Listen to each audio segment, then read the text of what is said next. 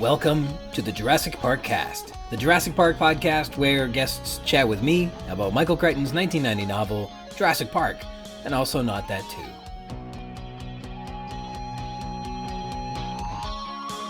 My name's Ryan Rogers, and I'm a big dumb Jurassic Park fan. Welcome to episode 26, Control, recorded on August 8th, 2022. Thanks for joining me today. A continued thank you to Christoph Oakes of Snail, S-N-A-L-E. Check out his incredible album on Spotify and Bandcamp. And today's intro is from the song Super Groovy, and our outro is T-shirts. I have some corrections this episode. I said that the folks at Jurassic Park bred and track 283 animals with the motion sensors, but I was dyslexic. The correct answer is 238. I've done something horribly wrong with the lawn this year. I've only mowed it once, and it's still short. Sorry, lawn. The correct thing to do is probably take some sort of care of you. And for all those times when I was a kid and I corrected everyone about Brontosaurus not being a real dinosaur, I was wrong. You wait for the dinosaur news section because we're going to find out what really happened to Brontosaurus. In dinosaur news, we've got an article on dinosaur nomenclature and an article on phylogenetic analyses, possibly a precursor to what we will be talking about in our guest interview later on in this episode. The first article published on July 25th in the journal Evolutionary Biology. A great list of Tyrannosaurus specialists set to rebutting an article which came out in March, naming two new species from the remains of Tyrannosaurus rex. The Late Cretaceous dinosaur Tyrannosaurus rex was recently split into three species based on the premise that variation in the T-rex hypodyme is exceptional, indicating cryptic series and robust and gracile morphs, which we mentioned in episode 6, The Beach. An article refuting the proposition that Tyrannosaurus rex should be split into three species, including imperator and regina, suggests that the paper had problems with its hypothesis. The authors say that the following observations encouraged them to believe that regina and imperator were unsuccessfully argued to be distinct species. First, the paper says that the taxon diagnoses are based on two features that overlap between the species. Also, several skulls cannot be identified based on the diagnoses. Proportional comparisons between Tyrannosaurus and other theropods are based on incomparable samples. The tooth data are problematic. The stratigraphic framework divides the Hell Creek Formation into thirds without the stratigraphic position of each specimen or independent age control, showing the subdivisions are coeval or over the entire geographic area. And previous work found variation in T-rex, but cannot be parsed into discrete categories. The new paper tested for, quote, gracile and, quote, robust morphs by analyzing the femoral and tooth ratios that were published in the multiple species study, suggesting agglomerative hierarchical clustering. The results found that each set of ratios are explained by one cluster, showing that dimorphism is not supported. And to further consider whether the differences known between Tyrannosaurus rex specimens great enough to warrant a distinct species, they also calculated the mean intraspecific robusticity of 112 species of living birds and 4 non-avian theropods. The dinosaurs showed that the absolute variation in Tyrannosaurus is unexceptional, and it does not indicate cryptic diversity. So, if the first paper said, look at all these differences between our specimens, there might be 3 species here, then the rebuttal is, we looked at 112 avian and 4 non-avian examples and found that those differences between your specimens are unexceptional. They concluded that T-regina and T-imperator are subjective junior synonyms of the big and famous T-rex. My second article today, Diplodocidae, the family of sauropods related to the famously understood Diplodocus, are known from the USA, Tanzania, Portugal, and Argentina, as well as Spain, England, Georgia, Zimbabwe, and Asia. Since Diplodocus's earliest discoveries in the late 1800s in the Morrison Formation between 12 and 15 nominal species ranging in age from the late Jurassic to early Cretaceous have been described. But the authors of A Specimen-Level Phylogenetic Analysis of Taxonomic Revision of Diplodocidae, published in the journal Peer J in April 2015, they found that the intragenetic relationships of the iconic multi-species genera Apatosaurus and Diplodocus are still poorly known. They opted to resolve this with a specimen-based phylogenetic analysis of the clade of Diplodocidae, analyzing 81 operational taxonomic units, 49 of which belong to Diplodocidae, that are all name-bearing type specimens proposed to belong to the clade, which were compared with relatively complete referred specimens, which increased the amount of anatomically overlapping material.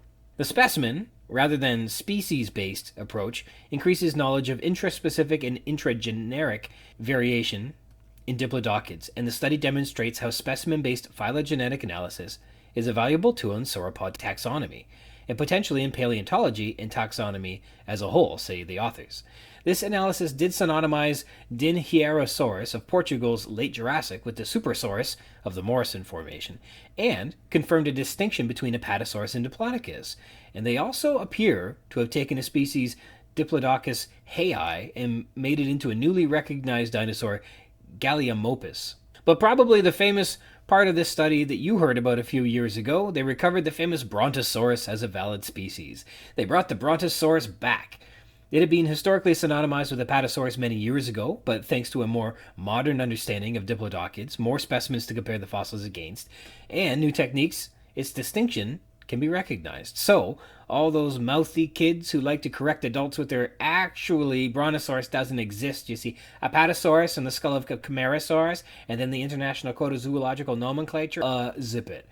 We're living in a post-2015 world where we have a Brontosaurus, and you're wrong, so go to your room. I might have resembled that kid. With the corrections and the dinosaur news out of the way, please let me introduce you to my special guest this episode.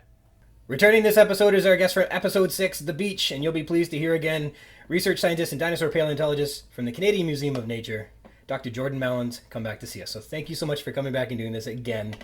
Happy to do it, Ryan. Thanks for having me. This is really good. So last time we spoke, we were talking a little bit about dinosaur nomenclature. There was this new article that had just come out at that time naming 2 new species of Tyrannosaurus to accompany the Tyrannosaurus rex, which were the Imperator and the Regina, which were cool names.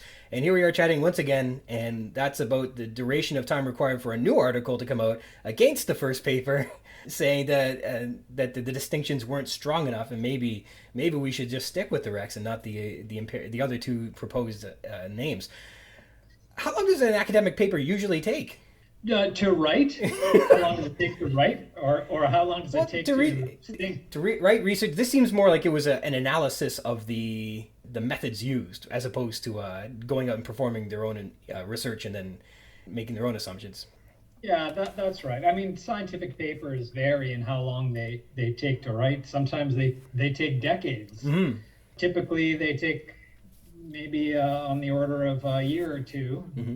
And in this case, this was specifically a response made to that initial paper claiming that there were multiple species of Tyrannosaurus. This was a response to that paper by Thomas Carr and a bunch of other Tyrannosaur researchers. Mm-hmm. And so this was more a critique of, as you say, the methods. It wasn't a novel analysis of the data, but more a critique of the methods that were employed or that were used to argue for multiple species. I don't recall every aspect of their critique because there were multiple aspects, but for example, in the initial paper that was done, there was a special type of cluster analysis that they did that requires at the outset that you specify the number of clusters that you're looking to recover. And it's called a k-means cluster analysis. So you tell the algorithm beforehand, I expect 3 clusters. Now tell me which of these specimens fit in which 3 clusters. Mm-hmm. Well, of course, if you're trying to figure out, the question is, how many clusters of Tyrannosaurus are there? You don't know that beforehand. Right.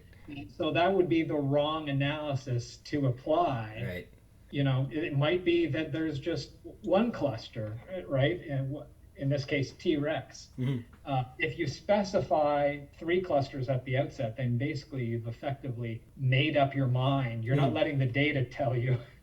You're not letting the data tell you what it wants to do. You're telling the data what you want to do. That was one of the arguments that was made, that this is just the wrong type of analysis for this type of question. Mm-hmm. So, and there were other aspects and arguments that were made as well. Mm-hmm. I actually reviewed the initial paper that claiming to name 2 new species of Tyrannosaurus. And to be honest with you, that was one of my original complaints about the paper too, was that they used the wrong analysis, and somehow it still got through. It's exciting stuff, and I'm sure the rebuttal paper came from very busy people who found the passion to go and spend the extra time to publish again, because Tyrannosaurus is a popular fellow. Well, yeah, it is, and that's why I think it garnered a pushback. Often, if this were a paper claiming to erect a new species of, I don't know, iguanodon or something like that, even if most people disagreed with it, the paper would just be forgotten and never would have been picked up by the press anyways, in all likelihood. But just because T-Rex is a public favorite and popular among, the Joe Schmoes out there, it garnered a lot of press when it came out, and as a result, it garnered a very strong feedback or strong rebuttal from the scientists too. So yes, they weren't fighting over Nanosaurus and Leiosaurus. They were fighting over something a little bit more well known. Yeah, absolutely. Yeah. T-Rex is everyone's favorite, of course, and so it gets attention when people try and split them up. So when can we expect a third paper that suggests that there should be maybe just only two groups, like the Imperigina or the Regina Tor or something like that, instead of... If there's one coming, I don't know of it, but this talk about the possibility of there being multiple species of Tyrannosaurus has been bouncing around in the literature for decades now. I want to say probably 20 or 30 years. The problem has been just amassing a data set to show it. And although these authors, led by Gregory Paul, made an argument based on a good amount of data, I wouldn't say that for the majority of dinosaur researchers, or certainly Tyrannosaur researchers, that it was enough data. I think everyone's willing to entertain the fact that there's multiple species of Tyrannosaurus out there. You just need good data to show it, and I don't think that Gregory Paul and his colleagues mustered the amount of data that it would take to convince most Tyrannosaur researchers. Yeah. Basically all of whom were on this rebuttal paper. Yeah, certainly there would have been differences that perhaps weren't seen in the bone or seen in the, when you find a species. I don't know what the skeletal differences between a gray squirrel and a red squirrel are. Well, I'm sure there's some, or a gray squirrel and a black squirrel, but they're certainly different. They just may not look different. It's tricky with the fossil record too, because as you imply, we're talking about two species belonging to the same genus, and sometimes you can only tell modern species apart based on the color of their fur coats or something like that, and the actual skeletal characters distinguishing them are either non-existent or very, very subtle. Well, try translating that to the fossil record, where you're trying to discern subtle characters on fossilized bones that have gone through the ringer, being in the rock record for 60 some odd million years. Yeah. Plus on top of that, you've got, weathering and breakage to have to worry about. These bones often get glued back together in the lab, and there's possibly some amount of interpretation there on how these things actually go together. So it's not an easy thing. You don't have pristine bone, and so trying to discern very subtle characters that would allow you to tell two species apart isn't always easy. Right. I was just joking with my son about the difficulties of putting together just the bones in the right order for a plesiosaur flipper. Like, some of these things just look like rocks thrown on the ground, but they're in order, and that's how the fingers go in this flipper here. And I can't imagine how some of the detail that goes into the finer points in some of these reconstructions work. It's incredible. Yeah, it's tricky with fossil reptiles like plesiosaurs and dinosaurs. You name it. Reptile bones are fairly amorphous, I guess, if you could say that. They don't often have a nice chiseled shape to them the way, say, the hind limb bones of a horse would. They don't have great articular ends to them. Their ends were often very heavily covered in cartilage, which is missing, of course, by and large from the fossil record. Often these bones come out looking rather blocky, and it's not always obvious how they go together. Certainly not compared to the nicely shaped and chiseled bones, let's say, of a mammal, of an ungulate, a hood mammal, or maybe even a bird, really. Often you get a lot of stories, or it seems like there's a lot of conversation anyhow around this concept of lumping and splitting different species. And of course, when we spoke last time, we were talking about keeping the Torosaurus and the Triceratops apart. There has to be more than just arguing that, hey, that we need a new name or we need fewer names. There must be, what new is learned about the dinosaurs? What new, information is derived from what turns out being the result is as these are distinct species. But there must be more to knowledge that is learned than just saying we've identified that these are separate, but that must mean more in some way. What more is gained by identifying that these two things that we believed were the same are suddenly different? That's a good question, because it's more than just stamp collecting. Although some people are happy to do that all day, just memorize all the dinosaur names, right? I was like that maybe as a high school kid who didn't know much about the science per se, but no, it's about more than that, because at the end of the day, one of the things that interests paleontologists is the extinction of the dinosaurs, and how we understand the extinction of the dinosaurs is greatly impacted by the diversity of dinosaurs that there were at the time of the extinction. And so obviously, if you tend towards lumping species together under one species name, then you might tend to think that there were fewer species of dinosaurs that went extinct 66 million years ago. Whereas if you're a splitter, you would see that extinction as being much more devastating. And that's true not just of the extinction of the dinosaurs, but true across all 5 mass extinctions that the Earth's seen, and every other extinction that we've seen too. There have been extinction's been a part of the natural world since time immemorial. So yeah, the way we understand dinosaur taxonomy, how many species were there, affects our understanding of things like rates of diversification in the fossil record and rates of extinction. So it's an important thing. It's not an end to itself, but our interpretations of how many species were there feeds into all kinds of other interesting questions about the evolution of life. That's very interesting, because I understand that a greater biodiversity generally indicates a healthier ecosystem when you have more things that are able to coexist or something like that. I've heard that. Whereas if you have many fewer, that is generally an indication of something is unhealthy, and it's likely to become even fewer and fewer as a result. Generally speaking, yes, that's true. If you've got an ecosystem with very few species in them, then you only need to wipe out 1 or 2 of those species and the whole thing collapses. Whereas if you've got a diverse ecosystem with multiple species filling very different roles, well, if you take one species out, well, maybe it'll have cascading effects, but more than likely it won't, and you'll have other species that are able to maybe come in and fill those vacant niches or something like that. So yes, it's generally understood that more diverse ecosystems tend to hold together a little better, I guess you could say. When like I said, we spoke, you done a lot of inspection upon the Torosaurus and the Triceratops to distinguish their similarities and their commonalities and what makes them distinct between them in your perspective. So it would be fun to go over some of the coolest things about the Triceratops.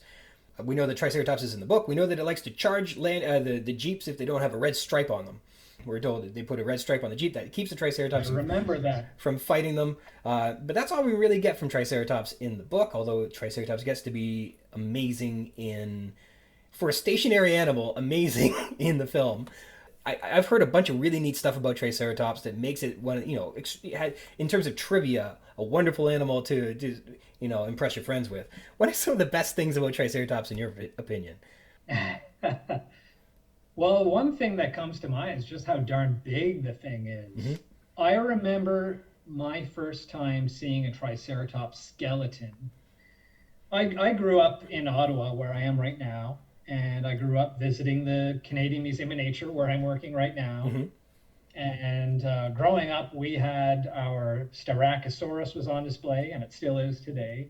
And there was an Ankyloceratops on display, and there was our Chasmosaurus were not on display back then, although they had been in decades prior. But all this is to say is these are fairly average-sized horned dinosaurs, and those are the ones that I grew up learning about and loving. And I remember when I went to my first Society of Vertebrate Paleontology meeting down in St. Paul, Minnesota. I was an undergraduate then. I want to say it was 2004, maybe 2003, 2004, something like that. And they've got a big Triceratops display in their Natural History Museum there. And it blew me away how big it was compared to all the other horned dinosaurs that I was familiar with. And so to me, when I think of Triceratops, I just remembered the first time seeing that skeleton down in St. Paul and just being blown away by how massive it was. Mm-hmm. That's really, I think, what's most interesting about it to me is, and that's true not just of Triceratops, but its contemporaries as well. Mm-hmm. Triceratops lived at the same time as Ankylosaurus, which is the largest member of its family. And Triceratops lived alongside T-Rex, which is the largest member of its family as well. So I think that's another interesting aspect of not just Triceratops, but its entire ecosystem is by the end of the Cretaceous period, you're evolving the largest members, the largest ankylosaurs, horned dinosaurs, tyrannosaurs, which is an interesting thing to puzzle over. And those are the North American versions too, like so that kind of northwestern area that we have now is where some of those they were really peaking, as opposed to I don't know that they were quite as large in like the Asia. Were the ankylosaurs that big? Were the ceratopsians? They weren't so big over in Asia at the same time, were they?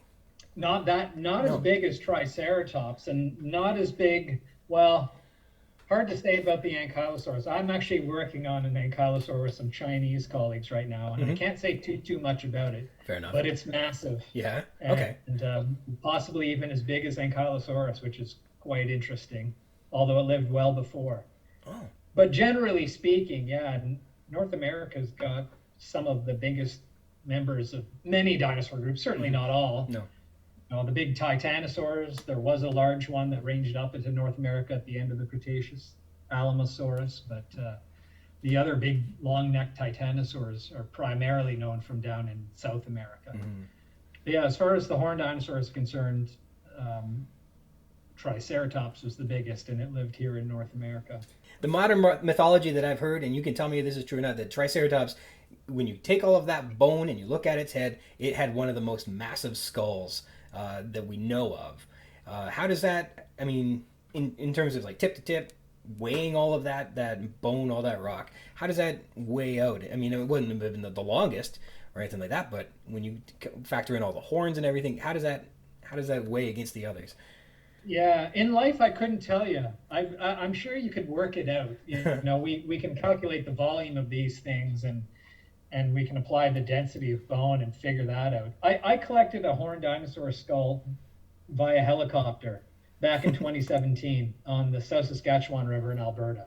And we collected, it was a Chasmosaurus skull, and after we got it wrapped up in the jacket itself weighed something like 1,600 pounds. So it was quite heavy, and there was a lot of rock in there too, but if I had to guess, I would guess if you lopped off the head of a Triceratops, maybe if a T-Rex ate it off or something like that, it would probably weigh, it would easily weigh a couple hundred pounds probably, if not a few hundred pounds. That'd be my guess anyways. That's fascinating. And so I understand too that for it to have a solid frill, that was tremendously uncommon among the ceratopsians. There couldn't have been too many like that, although there must have been some as they eventually became Triceratops. There must have been some in the fossil record, but for a shield that would probably preserve better than one that was had the fenestra, they're still kind of unique among that one animal almost, right? Yeah, Triceratops is weird in that it's we typically view Triceratops as being like the classic horned dinosaur. Mm-hmm. And it's sort of an archetype almost for a horned dinosaur, and yet it was a weird one in that it was so huge, and in that it solidifies its frill, or has a solid frill. Most other horned dinosaurs that we know of, and we know of many dozens of species now, mm-hmm. they all have these big, what are called fenestrae, or openings, windows basically, in the frill. Behind their heads. Triceratops doesn't do that. Triceratops has a very thick frill, and it's solid. And it does thin out, this has been part of the argument made about Triceratops becoming the so-called Torosaurus morph as it ages, because you can look at Triceratops frills and see that as they develop, mm-hmm. the bone on the inside of the frill starts to thin out a little bit. And it's been argued that ultimately it thins out to such a point that it develops these openings in the frill. I think that's an interesting argument. I don't think it's a particularly good argument, just because where the bone thins doesn't tend to be where you find the fenestrae that open up in the frill of Torosaurus. But it does thin out with age, and who knows why that was. It might just be a weight-saving measure. As I say, if the head of Triceratops probably weighed several hundred pounds, and so if that's the case, you're going to want to lose weight wherever you can shed it, and that might have been in thinning out the bone of the frill. So one of the other things I heard, because the frill is so solid and that there's so much of it, and because it's a late Cretaceous animal, which means it would have been in the ground the least amount of time relative to other dinosaurs, that its fossil remains are one of the most abundant species that are found. Does that sound true, or could you? Is that, or maybe that's just another myth? Well, it's true to an extent. Okay. It's true that if you go to the places where you would find dinosaurs from the end of the Cretaceous period, I'm thinking of the Hell Creek Formation in Montana, or the Frenchman Formation in Saskatchewan, where I worked, or the Lands Formation in the Dakotas, and if in that area, it's true that you will find Triceratops primarily. You do find duck-billed dinosaurs, you do find Tyrannosaurs too, but certainly, where I've worked in the Frenchman Formation in southern Saskatchewan, you find two things primarily in my experience: Triceratops and turtles. Okay. And Triceratops was, without a doubt, very abundant on the landscape.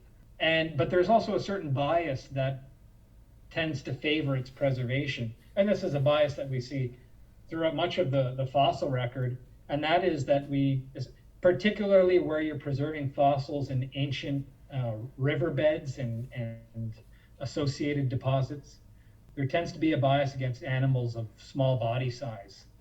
And the reason being, multiple reasons. First of all, if you're a T-Rex and you're going to eat a small, juvenile hadrosaur or something like that, you're probably going to be able to eat the whole darn thing in one bite. And so there's not going to be any chances of it being left in the fossil record. But also, if you bury a small skeleton, or if you leave a small skeleton to rot on the surface of the ground, it's going to be scattered more easily by whatever little scavengers there are there. And if that skeleton washes into a riverbed where we tend to preserve these things, it's more likely that the movement of the water will scatter the bones. Whereas if you're burying a big skeleton, or if you've got a big skeleton on the ground, it's probably not going to become scattered over quite as large an area, because those bones are heavy. And so it's harder to drag a hind limb away by a scavenger. And it's harder to wash one downstream. And so the bigger bones tend to stay behind. And so we definitely see that reflected in the fossil record, where you get we have a good idea of what were the big animals that lived during the age of the dinosaurs, but we have yet a poor understanding of the smaller species that were around at that time. And a Triceratops skull basically looks like an anchor, so it's not going to wash away. Those things are big, yeah, and especially their skulls. Their skulls are big, complex things, and yeah, they don't move around too easily. If you've got a skull laying on the ground, that was arguably the biggest bone in the animal's body. I mean, a skull is made up of many bones, but in an adult, you fuse all those bones together. It would be hard to move one. They've got those big brow horns that would tend to dig into the ground and prevent the skull from going anywhere. So, yeah, I suspect those tend to lag behind quite a bit, and I do think we see that as a result in the types of fossils that we find in those latest Cretaceous sediments. All right, let's move on to maybe some dinosaur names. We have suddenly lost our lust for the Tyrannosaurus imperator and the Regina, but that doesn't mean that there aren't tons of really fun dinosaur names. You got to name one.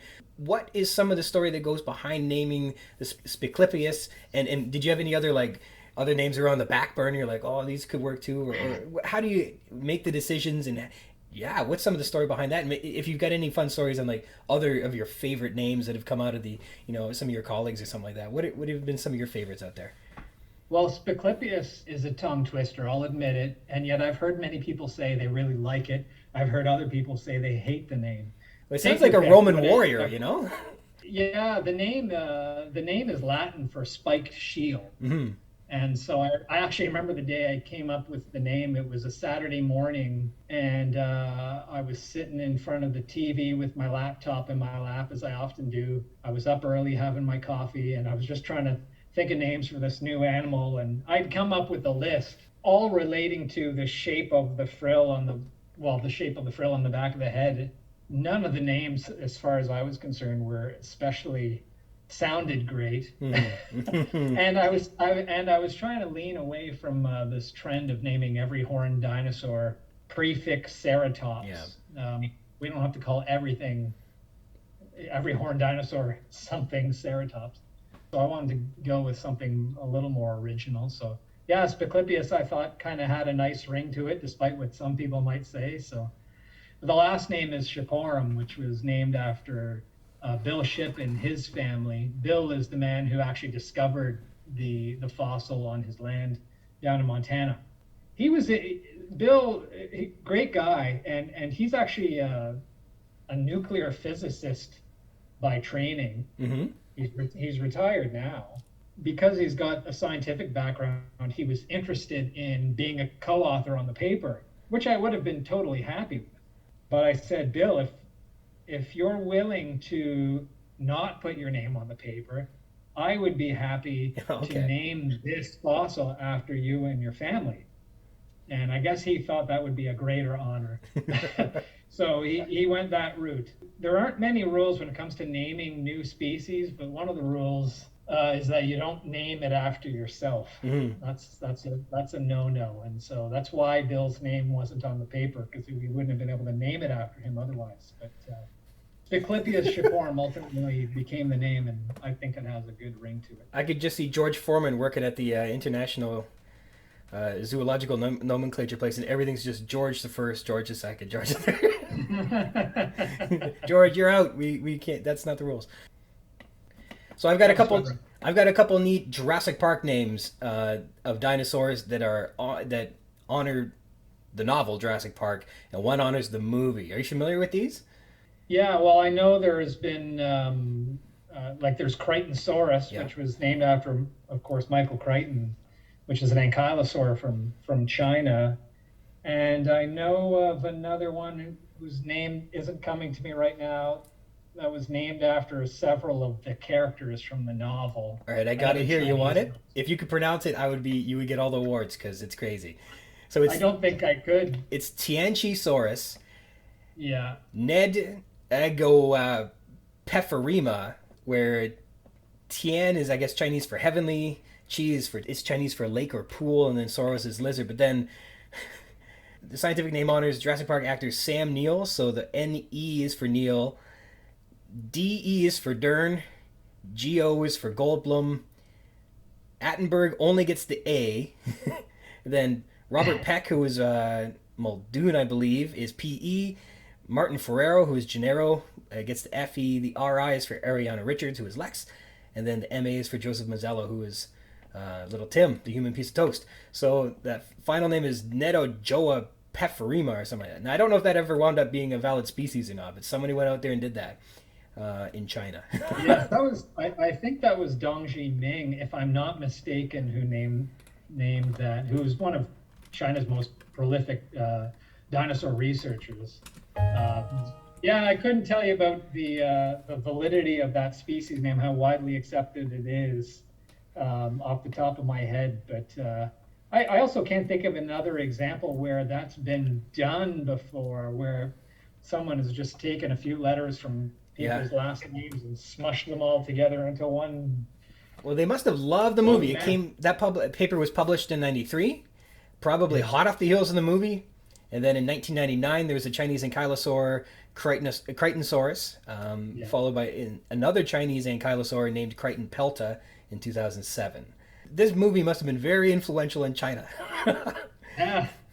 I suspect it was, and I think that's true of the world around. It had the movie Jurassic Park had a big impact on dino-mania, and however many kids saw this thing back in 93, wanted to grow up to work on dinosaurs. I was one of them, right? So, yeah, and so it brought a lot of attention to paleontology. To a certain extent, it brought in some more money. I wouldn't say paleontologists were suddenly swimming in it, but dinosaur researchers certainly benefited from the attention that Jurassic Park got and that it brought to the field of paleontology. So I think it's only right that that be recognized in the naming of certain dinosaur species, sure. And I got one more. There's only one American species. Do you know the Cedrorestes? Crichtoni was named in 2001. Yes. That's an ankylopollexian. And you'd have to tell me what the difference between an ankylopollexian and a styracosterna might be. They are not, despite the name, they are not ankylosaurs. Right. Think of something, if you're familiar with iguanodon, it would look something a little like that. Yes, so ankylopollexian means like stiff thumb or something like that, right? Yeah, it refers. Yeah, the pollex refers to the thumb. Okay, so that would be the very very much the iguanodon shape. So how does that styracosternans seem to also be very iguanodon-like, but they're distinct? And is there a big difference between what makes something an ankylopollexian or a styracosternan? I don't work specifically on that area, and so I have to go back and remind myself about the characters that distinguish the groups, but they would be rather detailed, complex anatomy that probably isn't worth getting into right now. So it's a small difference. I'd have to go back and remind myself. I've looked at it, and it sounds like two people using different words to talk about the same thing, and maybe, but they're certainly not. But it's tricky. You're not far off in saying that. I mean, that does often happen in anatomy and paleontology, where people use different terms to refer to the same thing. It might be different names for the same group of animals, or different names for the same bones. Often, as science becomes further and further and further subdivided, right? As dinosaur researchers specialize on different groups, or vertebrate paleontologists specialize on different groups. We tend to develop certain words to refer to certain features on certain bones.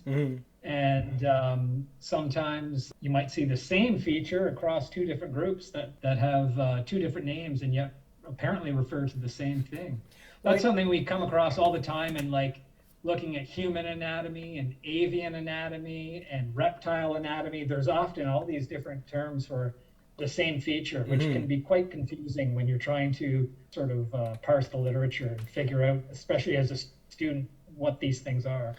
I feel like with iguanodon or iguanodontids or ankylopollexians or styracosternas, that you would get this when you get a fossil record that gives you a lot of data to work with, and probably in different parts of the world. And so I feel like iguanodon was very successful, and that its ancestors would be scattered all over. And maybe this is a way where people in different cliques are pursuing information and looking at the finer and finer details, because they get more and more things to work with as they reveal more samples out from the Earth. So that could be an interesting problem. Has too much information. Iguanodon itself is specific to Europe, but it is true that there are iguanodontids found all over the world. So, yeah, I don't know specifically that this is a case of people singing from different hymnals or what have you, but that is often something we see in not just dinosaur research, but paleontology generally. People using two different words to mean the same thing. One example I'm thinking of is I do work a bit on duck-billed dinosaurs, being that we have them here in Canada. Often you'll hear talk of hadrosaurines and saurolphines. By and large, those two words refer to the same group of dinosaurs. If you want to get really, really technical about it, one might include one species more than the other, but Okay. by and large refer to basically the exact same thing. And so you'll often see those two terms, hadrosaurinae and saurolphinae, referred to in the literature, meaning the same thing, basically. Yeah, they're used interchangeably, is what I'm trying to say. All right. Yeah. Well, talking a little bit more about lumping and splitting and also names. Over time, we have lost one of the dinosaurs to lumping in Jurassic Park. One of them was synonymized out of existence. I was going to do a bit of a dig into the Othnielia, and it turns out they lost their name. They have now been reclassified as Nanosaurus. And so the lumping suggests that there were 4 species. One was called Drinker, one was called Othnielia, and a third was Othnielosaurus. And they were all described to be eventually the same animal, which was initially described as Nanosaurus. And this is neat because this is really, really interesting with the Cope and Marsh debates here. So the Nanosaurus was described by Marsh, Othniel Charles Marsh, and then Drinker, Othnielia, and Othnielosaurus came afterwards. Other than the Nanosaurus, it looks like there's like Peter Galton was involved in some way in naming the Othnielia, the Drinker, and the Othnielosaurus. And then he named 2 of them honoring Othniel Charles Marsh, the Othnielia and the Othnielosaurus. And then the third was honoring Marsh's famous arch rival, Edward Drinker Cope. And so Nanosaurus is now named in honor of both Cope and Marsh at some point. And now they're just called Nanosaurs, named by Marsh. So there must be some higher, metaphoric meaning out there about whatever that means. But I just thought it's interesting we get this one animal that was named in honor of 2 arch rivals unknowingly, and then they've been synonymized. But that's how lumping and splitting works, right?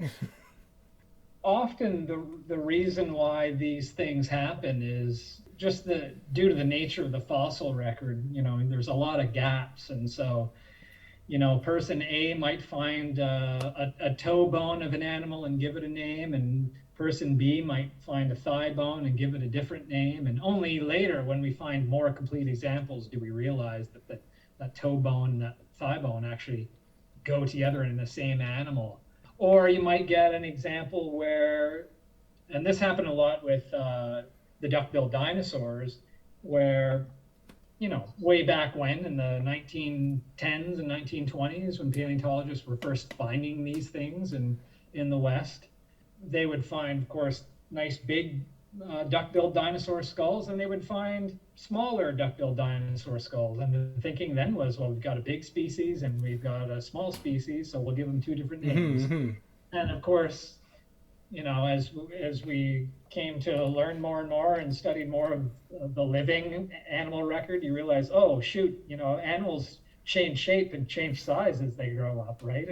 And so probably this was work done by a colleague of mine, Peter Dodson, back in the 70s. Peter went back and looked at a lot of these Lambeosaurine. We've got too many names here. A lot of these look to be just younger versions of the grown-ups, and so we're talking about many fewer species as a result. Paleontologists have been correcting those similar mistakes now for decades, and I have no doubt that we're still making those mistakes, hopefully less often, less frequently. Hopefully we've learned our lesson, but that's just the nature of the fossil record. It's incomplete, and you don't know the full what we'd call an ontogenetic span of a particular species, or I guess more common way of saying that would be like a growth series. We don't know what the growth series was like until we find it. So we make mistakes, and the benefit of science is that you're allowed to correct them, and we learn hopefully as a result. Have you seen the Dino-Dana movie released in 2020? I did not see the movie, no, although I was involved with some of the marketing surrounding it. Okay, very, very little bit. But yeah, sadly, we were supposed to get the movie at my museum here, and then COVID hit, and I don't know the reasons why it was dropped, but COVID had something to do with it. Well, the whole story was about lumping in a way, and how dinosaurs look different as they grow up, and as they do a charming job of having a Tyrannosaurus and a Nanotyrannus work together, and then a Pachycephalosaurus and a Dracorex and a Stygimoloch all work together because they're all members of the same family. That's why they weren't fighting each other. And the kids learn Though they may look different, the family is family, and there isn't a dry eye in the house when the credits roll. So it was very well done.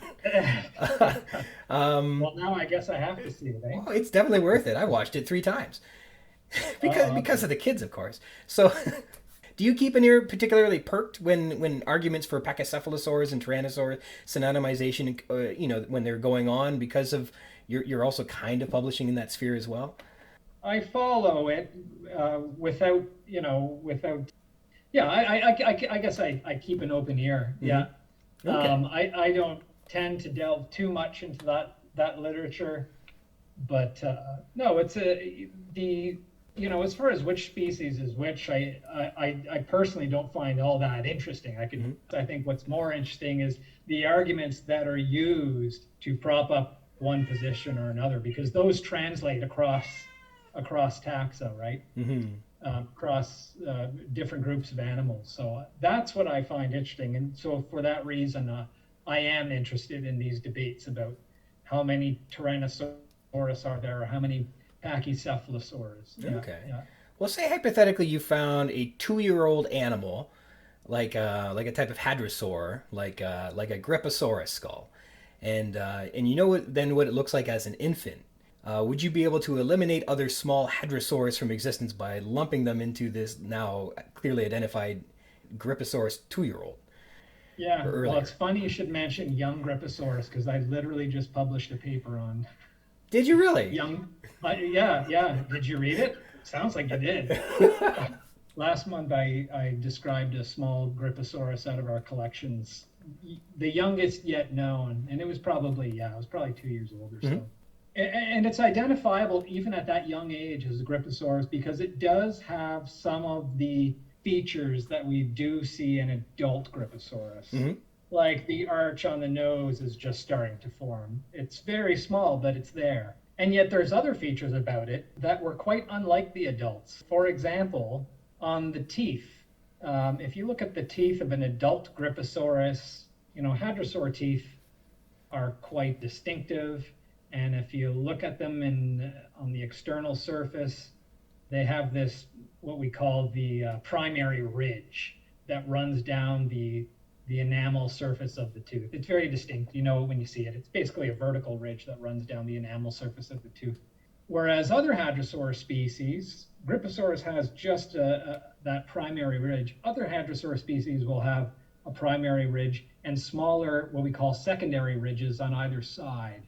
And this is a character that we thought we could use to tell different species apart. Mm-hmm. Well, it turns out in this young Gryposaurus that we've got, that it's got a primary ridge and it has those secondary ridges as well. Okay. Which we now think disappear with age as the animal grows up and it continues to replace its teeth. At some point in development, it loses those secondary ridges. And so we think now, we're starting to think that the presence or absence of those secondary ridges on the teeth might not be as informative taxonomically. It might not allow us to identify or tell species apart quite as well as what we might have thought. Mm.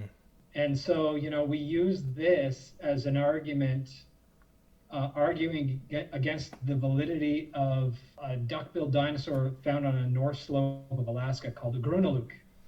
Okay. This animal was first found in bone beds back in 60s, I think it was. They first found the first Edmontosaur material up there. It was initially thought to be of an animal called Edmontosaurus. And relatively recently, in the last 5 or 10 years or so, another group of researchers came along and said, well, it can't be Edmontosaurus because Edmontosaurus doesn't have these secondary ridges on its teeth. And the Alaskan Edmontosaur material does have secondary ridges. And one thing that needs to be said is all of those Alaskan Edmontosaurs are quite small in body size. They're juveniles, very clearly. And here we have a case of juvenile Gryposaurus, which also has secondary ridges as a young animal and then loses them with age. And so there might be a parallel there where this thing that we're calling Ugrunaaluk is just a young form of Edmontosaurus that also would have lost the secondary ridges on its teeth with age. So I would argue that there's a parallel there, and that maybe these very specific features on the teeth that I'm referring to aren't of much use. So yeah, that's the benefit of describing more than one example of a species is you can learn, if you describe a growth series of these things, you can learn how they change with growth, and that can inform you about how likely it is that two different specimens may or may not be two different species. And if they turn out to be the same, maybe that means there's like a geographic connectivity that was perhaps. Yeah. There's all kinds of ecological. Fossil species are great for informing us about. Fossil species are great to tell us about biogeography, right? And which continents were connected when. So, absolutely, yep, absolutely. Okay. Well, we're running out of time. I'll ask you one more question. I don't know if 10 minutes is enough to do this properly, but maybe we can get into phylogenetic mapping. Many of the chronological and biological assumptions on animals benefit from work that's done in phylogenetic mapping. Crichton brings it up in a chapter on the tour with Dr. Wu, and Wu says that they will extract the DNA of an animal, and then they will identify the species on the DNA they extract. They do it in two ways. Either they grow it to see what it is, and that's kind of presented as the lazy way, where they're not doing their due diligence to just kind of grow whatever it is. And then the other way was that they put it in, they do phylogenetic analysis to find out where this DNA fits in the scheme of dinosaurs before they grow it out, which has a lot of trouble with it. Well, I've got a very, let's say, user-friendly concept of how phylogenetic mapping works. The technical side that puts together the science and the technology, I don't understand that at all. But I could put a pizza pop in the oven, but I don't know how the microwave works or something like that. You know what I mean? So I call this dinosaur microwave the phylogenetic analysis machine, and it amazingly reveals where an animal falls in the tree of life through what I can only say is wizardry. What goes into making a phylogenetics analysis machine? Who has these things, and how reliable are the results? Yeah, a phylogenetic analysis is just a way of creating a family tree of animals, of individuals. You could do a phylogenetic analysis of, in my case, the Mallon family, and figure out who is related to who. And the way we do that varies. How you reconstruct that family tree varies. Traditionally, the way it has been done has been to look at the anatomy of different organisms. And when you're reconstructing a family tree, you would look for shared similarities, common similarities that would inform you about who is related to who, right? So I look much more similar to my sibling than I do to my third cousin, right? Maybe we have, I don't know, the same hair color, or we're the same height, and we have the same shape of our nose. And so those shared characters that we have in common would go towards arguing that we have a close relationship with one another. And so we can apply that to the fossil records. We look at all kinds of various features of the bones, and we create these big, what are called character matrices. So we have, going across the top of the spreadsheet, let's call it, we've got all these different characters that we might look for, presence and absence of this feature on the humerus, or the shape of this feature on the nasal bone, or something like that. And then going down the side, the rows, we might have a listing of all the different species that we're looking at. And then we can code as zeros, ones, twos, and threes if we need to, the shared features among all those different species. And then you plug that big data set into a piece of software that will spit out a family tree at you and show you those relationships. Species A is paired off closely with species B because it's got all these features in common, to the exclusion of all the other species. And so we can do that with fossil taxa based on the anatomy, the morphology. But more and more among living animals, we are relying on the DNA. Wow. And so DNA, of course, is made up of guanine, thymine, cytosine, and adenine, AT, GC. And we can look at those repeating patterns, those repeating characters, to tell us about how closely related species are. It's very similar principle. And so we can look at the genome of all these different taxa and notice that close related species have great lengths of their genome in common. And so we can plug the genome basically into, or certain genes in most cases, parts of genes, into these same phylogenetic programs, and they will spit out phylogenetic trees at us, family trees at us. And so, in the case of the dinosaurs, what Crichton's talking about in the book, I mean, if you were to create a dinosaur, you wouldn't know offhand, if creating the first one, you wouldn't know where it would fall out in the dinosaur family tree, because we have no baseline against which to compare its DNA, right? Yeah. So in that case, you just have to grow the damn thing and figure out what you've got. But I suppose, this is all hypothetical, of course. Yeah. I suppose that if you were able to, grow out 20 or 30 species of dinosaur, and then you've got the next one coming along that you're about to grow, you want to know what it is before you grow it, before you develop the thing. And so you do a quick check of its DNA barcode against the background of dinosaurs that you've already grown, and then you could figure out where it fits in that tree.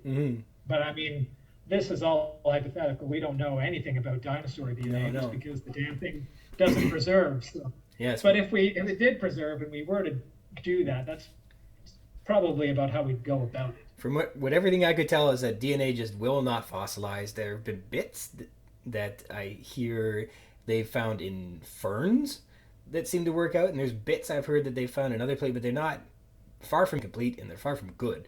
But they're technically they are what they are. DNA is a very volatile molecule, and it dissolves readily in water. And if there's one thing you want to preserve a fossil, quite often, not always, but quite often, it's water, because water distills the sediment in which you're preserving your animal and allows sediment to percolate down on top of the carcass that you want to bury. There's other ways of burying carcasses too, but certainly the dinosaur fossil record, we owe by and large to the effects of rivers and seasides and what have you, lakes. And so if you're going to bury a dinosaur in water, say goodbye to the DNA. Yeah, DNA's got a very short lifespan. I think the oldest fossils that we have DNA recovered from are now on the order of tens of thousands of years. Maybe we're pushing 1 million now, I'm not quite sure. Don't recall off the top of my head, but it's not very long. And we have yet to find dinosaur DNA, and I would be surprised if we ever found any in my lifetime. And even if we did, it would just be a very, very small chunk. And it would very likely would tell you absolutely nothing about where they fit in the family tree. We have to go about that the old-fashioned way. Again, looking at anatomy and what have you. Well, the way you describe it, now I think that had Jurassic Park worked, so in a world where Jurassic Park does work, and they had cloned a Tyrannosaurus, a Velociraptor, a Procompsognathus, and a Dilophosaurus, and they had used patches of modern animals to fill in the gaps. As they discovered new Saurosaurs, or new, what are the early theropods called? Like the Procompsognathus and Dilophosaurus weren't. Were they Avather? What were the early ones called? There were Ceratosaurs, maybe, is what you're thinking of. They were an early branching group of theropods, the Ceratosaurs, yeah. In any case, maybe there'd be a way to patch some of that Saurosaurian DNA from the Tyrannosaurus and the Velociraptor together, just enough to find that match instead of using a frog gap, and maybe you get a more just phylogenetically using a Saurosaurian DNA instead of a reptile, amphibian DNA, which is completely off the charts. Or the Procompsognathus and the Dilophosaurus might be 20 million years apart or something. Maybe there's a better patch to be made there versus using whatever they use. Repeatedly using frog DNA. Modern, I would think that if you've managed to clone, 24 species of dinosaurs, then you could probably rely on that database of genomics. Here we go. The patches between the Triceratops and the styracostosaurus could have worked nice. Like they could have found an overlap there, maybe. Surely, yeah. No, that's an absolutely good point, Ryan. The animals mating though and changing sex and all the rest of it. So I'd be surprised if dinosaurs did that. So then you wouldn't have the story. All right. Well, we're just out of time again. Boy, I'd love to talk more and more and more and more about dinosaurs, but I'm happy to come back and chat with you about those all right. things. Well, I'll hold you to it again. All right. Well, this has been amazing. I truly value all the time I get with you, so I thank you so much for this. I appreciate it. No sweat, Ryan. I had a lot of fun, and thanks for having me on again. So a special thanks to Dr. Jordan Mallon for returning to come back and talk about dinosaurs with me, and hopefully to your benefit as well. Thanks, Jordan. This week's text is Control, spanning from pages 126 to 133. In a synopsis, as Jurassic Park's employees conclude their demonstration of all their systems of control, Grant and Malcolm find themselves uneasy with the park's approach to controlling living, breathing animals in an artificial setting, which is aiming to recreate a natural park setting. Characters: Dr. Alan Grant. Grant feels irritable about all the computers in the control room. Grant doesn't care that refusing to use computers makes him dated as a researcher. He's stubborn, like a classic boomer. Computers are alien, mystifying machines that make him confused and disheartened. Grant is troubled to hear that the animals are treated like software, instinctively uneasy about it, but cannot say exactly why. On 128. When he hears that there are rides in the park, his ears perk up again. That same worrisome nagging in his soul. On 131. As a zoo, Grant is alright with Jurassic Park, but as an amusement park, he feels troubled. He doesn't like that idea. Donald Gennaro appears comfortable working with computers on 126. He's interested in the physical containment of the animals in the park on 129, wondering if the animals can get out of their enclosures.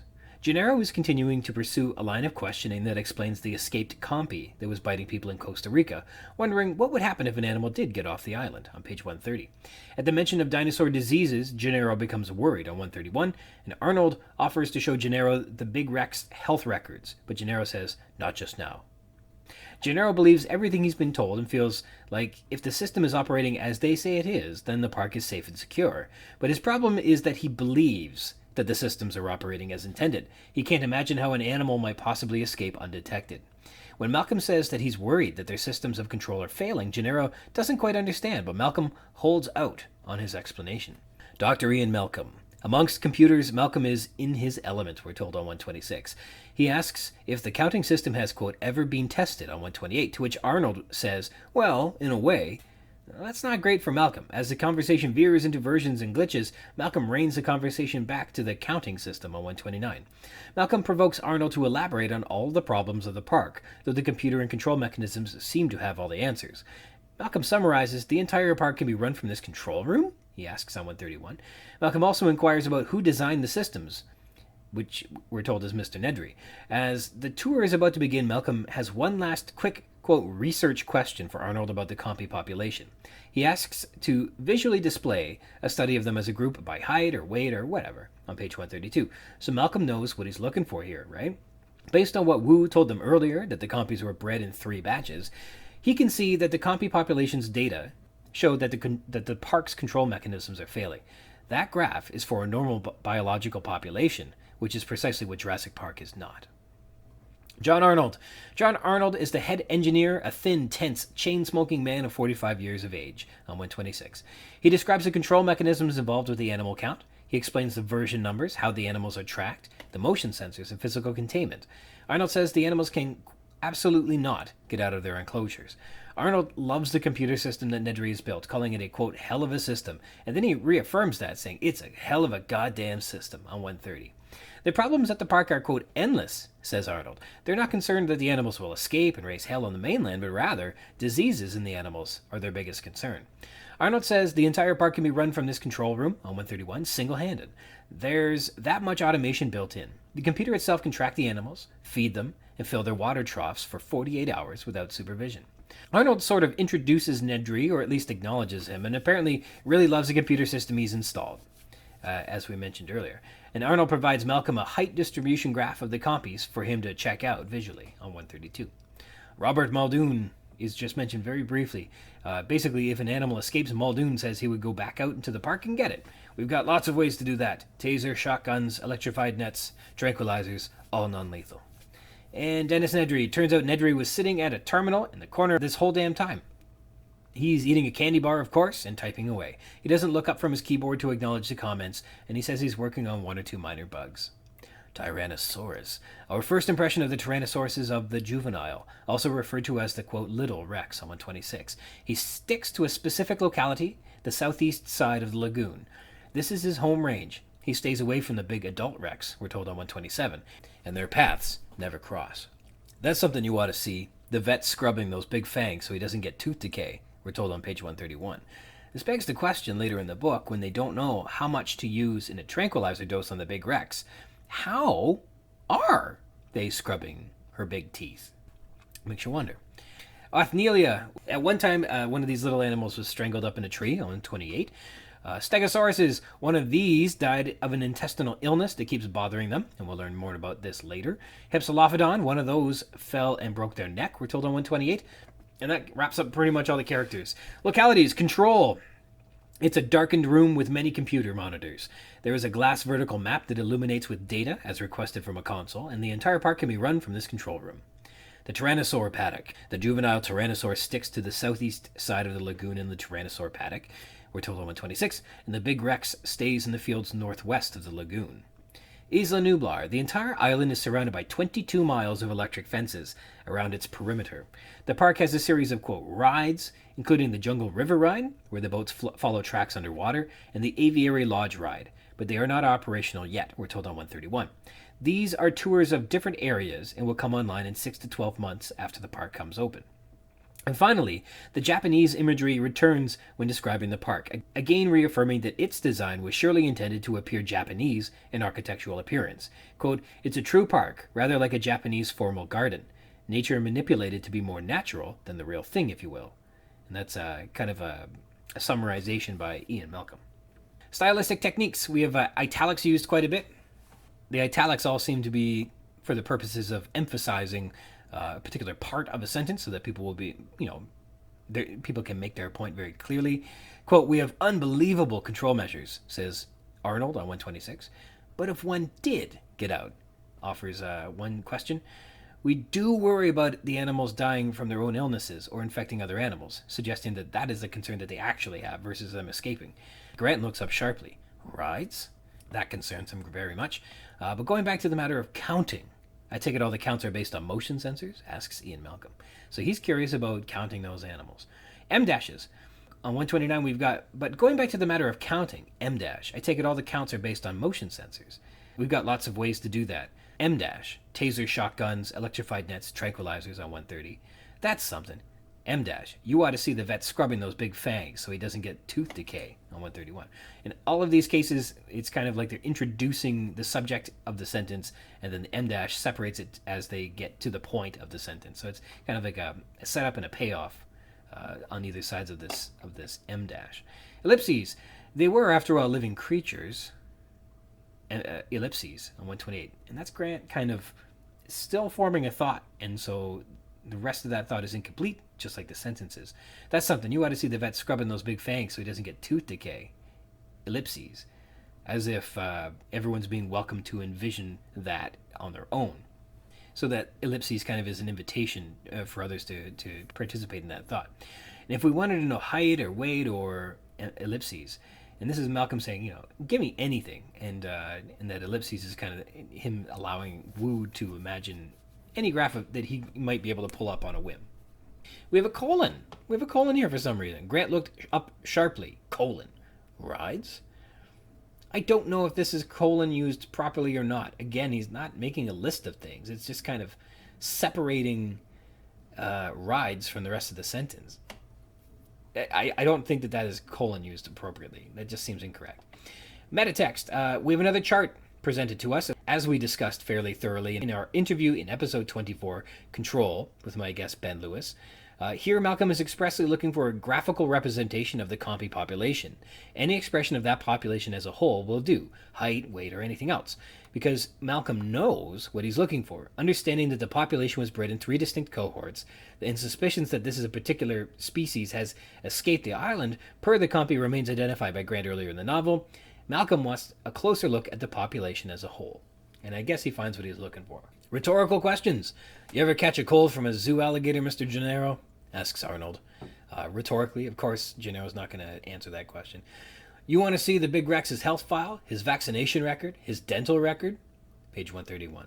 Again, these are examples that evidence is available should you want it. We imagine that you do not.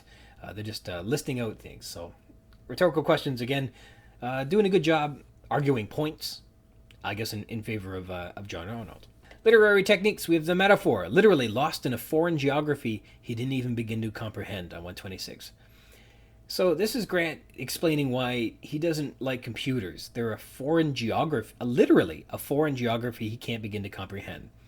So what type of geography could you be so lost in that you couldn't begin to comprehend it? You can think about that. Where would you be in a geography that you were so lost you couldn't comprehend where you are? I think there's a mistake here. Might Crichton have meant a language instead of geography? Literally lost in a foreign language he couldn't begin to comprehend. Makes way more sense. Geography doesn't make any sense. Plus, a computer isn't literally a foreign geography.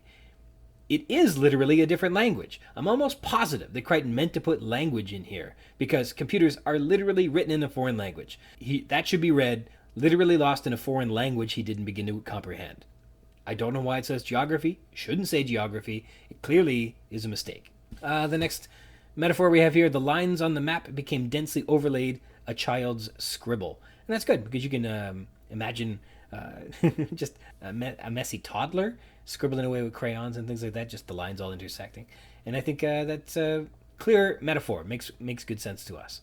Similes, making little sniffing sounds like a bloodhound on a trail. This is Malcolm looking for more evidence to support his argument that the park isn't safe. This gives us the impression that he's actively pursuing more clues that will affirm his claims that the park is unsafe.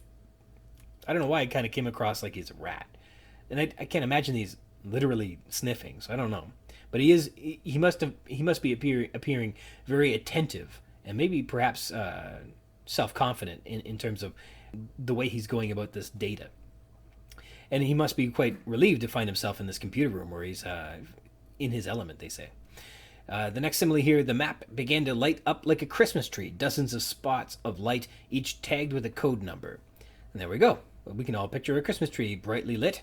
Normally their lights are just turned on and off. They don't kind of emerge in a sequence, but we can picture the screen lighting up very nicely. It's like software in a way. That's the description of how the animals have new versions, and as they improve them, they have a new version that they release, like software. And I don't know how many people are software developers, but I think we are familiar with, getting the beta version, then the hard release, and then updates and things like that. So I think we're all familiar with that. Can you imagine it being dinosaurs, though? And here's another stylistic technique, cursing. In this chapter's case, Arnold calls Nedry's computer a hell of a system, and then reaffirming it's a hell of a goddamn system on page 130. Obviously, Arnold feels that this is more than just a system by his cursing. In version 4.4, Hammond does the same thing with Henry Wu, telling him he's done a hell of a job, which is even better than telling them that he's done a job, right? So swearing. That's when you're without words. You can just use swearing to give your sentence a little more punch. We continue with the illusion of control. Malcolm kind of summarizes that Jurassic Park is, quote, intended to be a controlled world that only imitates the natural world on page 132. And then he looks at that graph, which shows uncontrolled population. It shows a natural population graph. In any case, some of the things that they've put in for containment and control include animal tracking. This is one of the many control mechanisms in the park. An animal's locality and its past locations can be all graphically portrayed on the map. An animal is portrayed on the map by a code number. Their localities are accurate within 5 feet, updated every 30 seconds, and they are tracked every 30 seconds by the motion sensors, we're told on 127. The sensors are mostly hardwired, but some are radio telemetered. These motion sensors, I guess, are also video cameras, and the computers run image recognition software to identify each species being tracked. On page 127, we're told. The computer has difficulty identifying the babies, which are too small, but they stick close to the herds, so they're easy to classify. They also have the category tally. Every 15 minutes, the computer tallies the animals in all categories. Again, the double redundancy is shown, a separate counting mechanism, cross-referencing that there are 238 animals all accounted for. If an animal goes missing, they'd know in 5 minutes. Malcolm asks if the counting system has ever been tested on page 128, to which Arnold says, well, in a way. He doesn't say yes, and he doesn't say yes thoroughly or absolutely. It's a smooth running system. He says, kind of. When an animal dies in the park, for example, or stops moving, the computer has signaled an alert in the past. The animals can be verified by two methods. First, their movements can be tracked, and their movements can suggest whether they're categorically in alignment with what's expected of their species. And second is direct visual confirmation with current ID images taken within the past 5 minutes. The counting is performed by the motion sensors, which cover 92% of the park's area, we're told on 129. That doesn't cover the Jungle River, we're also told. They are also contained by multiple barriers, including fences, at least 12-foot deep water-filled moats, and sometimes 30-foot deep, depending on the animals, 50 miles of 12-foot high electrified fences, including 22 miles around the island's perimeter, carrying 10,000 volts, we're told on page 130. To capture an animal in the park, Muldoon says they have taser shotguns, electrified nets, and tranquilizers, all non-lethal. And if an animal ever got off the island, it would die in the, quote, real world due to the lysine contingency in less than 24 hours. So the control system, or the computer, is tamper-proof. It's a hardened system, independent in every way, we're told on page 130. Independent power and independent backup power, and it doesn't communicate with the outside, so it can't be influenced remotely, so your hackers can't get in. So let's see what else we can discuss in this chapter here. We get the dinosaurs. There's an overview of all the animals in the park. I've arranged these in version number order. So the earliest at 2.9 is the hypsilophodonts, which there are 33 of. The next is version 3, the velociraptors, and there are 8 of those. There are 11 hadrosaurs at version 3.1, and 17 apatosaurs at version 3.1, 16 othnielia at version 3.1, and 8 triceratops at version 3.1. In version 3.9, we've got 4 stegosaurs, 18 styracosaurs, and 49 procompsognathus. In version 4, we have 16 euoplocephalids. In version 4.1, we've got 2 tyrannosaurs and 22 microceratops. In version 4.3, we've got the dilophosaurs and the pterosaurs, which we are to learn later are Sierradactylus. And of all these animals, 17 apatosaurs is a lot of apatosaurs. If they were having trouble with all the dinosaur spores, why make so many of the biggest things out there? Maybe they're like really easy to make? I don't know. It seems like perhaps a species you wouldn't make so many of, what with them being incredibly difficult to control, feed, and clean up after. Also, there are 8 raptors in a pen, but they have been busy. If there are 37 raptors counted and 8 in the pen, that means they were breeding like crazy before they got segregated. That's 29 new ones, and there are a couple on a boat somewhere, making this an entire ecosystem of raptors out there from this first 8 individuals. They're like gremlins or rabbits or something. We're told more than once these are expensive animals, which are cared for very carefully, which is why there are only non-lethal weapons on the island. They are said to not be adapted for this world, 65 million years from when they belong, and that they're fragile and delicate. Also with version 4.4, none of the animals are there yet on version 4.4. The animals are released in versions like software, says Arnold on 128. New releases, as they discover the glitches in the DNA, Wu's lab has to make new versions. Quote, sometimes there are bugs, so as we discover the bugs, Dr. Wu's labs have to make a new version, and we need to keep track of what version we have out there. We're told on 129. So I'm presuming all the animals of a particular species are of the same version. That, quote, bugs or glitches render an entire population of a species due for extermination, or that they're just not viable. So they would be exterminated. And so they are entirely replaced by the latest version, and therefore the adult and juvenile Tyrannosaurus, by this logic, are of the same version. They're just bred at different times. The compies, as we're told, are released in 3 batches, but we are to understand that they are all of the same version. There doesn't appear to be a connection between the breeding species in the park and what version number they are. That doesn't appear to be correlated. We're going to continue with this discussion on control being a hoax. As I'll mention every time we get into the subject. Recall that Dr. Ellie Sattler tells us that the threat of hoaxes are omnipresent, and the essence of a successful hoax is to present scientists with what they expect to see. We're told that on page 44. In this novel, a hoax presents scientists what they expect to see. And Malcolm even says, you'd expect to see that kind of graph to Arnold in this chapter. And Arnold answers him, yes. He even goes on to say that, quote, it's just a matter of your assumptions on page 132. Further confirming the data is confirming what you'd expect to see, and that means that this hoax is proving successful. Malcolm says, quote, I've learned what we need to know just by looking at this graph. So he knows that there's a problem here, and he'll bring it up on the tour, but for now he's keeping it kind of like under his cap, and that's going to make Gennaro a little bit upset later on in the next chapter. You'll see. And again, the illusion of control here is the hoax, and Malcolm is the only one who sees it for what it is so far. In terms of a timeline, Arnold says, I see the tour is starting on page 132, and so he's about to wrap up his comments on the control mechanisms, and this feels strange. Like, is the tour automated? Must they get in the ride at this moment or else they'll miss the tour? Like, why not take absolutely all the time you need to ask questions in the control room? Malcolm is basically being rushed along when he's still got questions to ask, and like, they're basically the only people on the island. Can't they just start this tour into the park anytime they'd like? This just feels like an odd moment. And continuing with the God complex, we get some more language in these last couple chapters that reaffirm that what is being performed on this island is akin to Hammond playing God. Arnold says there's no point in getting starry-eyed about these animals. It's important for everyone to remember that these animals are created by man.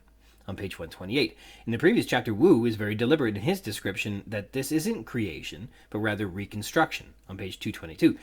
The past is gone and can never be recreated. They've constructed a version of the past, and he thinks they can make that version even better. And so here we've got kind of like the conversation, like words that we get in the subject of creationism. That there's an intelligent design, the intelligent creator, and I don't know. Those are very godlike themes, or themes that come up in that godly conversation. So that's more ammo for the fire there, and so to speak, more fuel for that conversation. All right, thank you to Jordan Mallon for returning as a guest. Our connection timed out 3 times, and he was good enough to keep jumping back on. And every time it was just to say, okay, well, let's wrap this up and say goodbye. And we just kept talking about dinosaurs, and not all of that made the show. Jordan, thank you so much for coming back. It was a lot of fun. I want to sign off today thanking also everyone for listening. Thanks for joining me. If you want to read along in the book and add some thoughts to what we've been discussing on the show, or be a guest on the show and chat with me about anything you like about Jurassic Park, you can do that by connecting with me. I'm at ryansrogers@gmail.com. If you'd like to be a guest, you can. You can drop me a line and we can try and set something up. We can rehash and tear down and gush over and chit-chat about any part of the book, or also not the book, all you'd like.